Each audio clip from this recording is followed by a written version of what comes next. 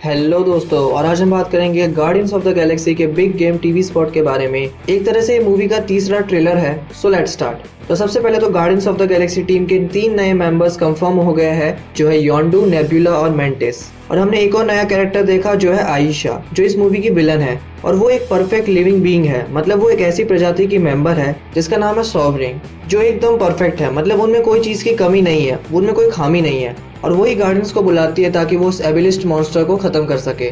और वो एक तरह से एडम वॉरलॉक की फीमेल कॉपी है। आपने थॉर डार्क वर्ल्ड के पोस्ट क्रेडिट सीन और गार्डियंस ऑफ द गैलेक्सी में कलेक्टर वाले सीन में उसके कलेक्शन में एक ककून देखा होगा, जिसमें माना जाता है कि एडम वॉरलॉक है। कॉमिक्स में उसके पास सोल स्टोन था, वही एक इन्फिनिटी स्टोन जो अब तक एमसीयू में नहीं मिल पाया है। पर अब तक कुछ कंफर्म नहीं कि एडम वॉरलॉक मार्वल यूनिवर्स में आएगा, लेकिन आयशा के आने के बाद लगता है कि एडम वॉरलॉक के चांस ज्यादा है एमसीयू में आने के। अब फिर से आते हैं ट्रेलर पे। तो ट्रेलर की एक बढ़िया बात है बेबी ग्रूट को ढूंढना, क्योंकि वो इतना छोटा है कि कुछ सीन्स में शायद आप उसे मिस कर गए होंगे।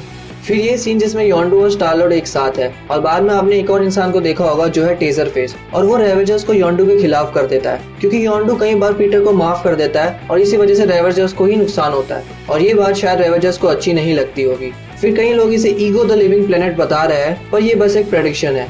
फिर वो सीन जिसमें गमोरा उस बड़ी सी गन को यूज कर रही है, वो ट्रेलर में मेरा फेवरेट सीन था। फिर ये कंफर्म हो गया कि वो रॉकेट ही था जो उन रेवेजर्स पे हमला करता है, और ये भी कि अगले सीन में योंडू ही अपने एरो से उन रेवेजर्स को मार रहा है। फिर ये है मेंटिस और उसके पीछे nebula.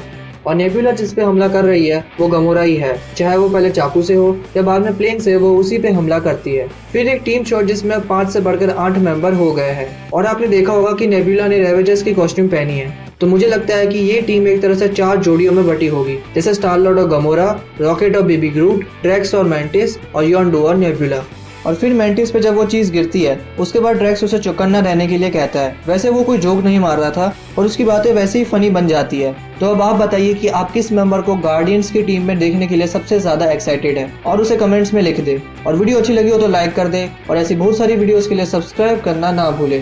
Thank you for watching this video. Bye.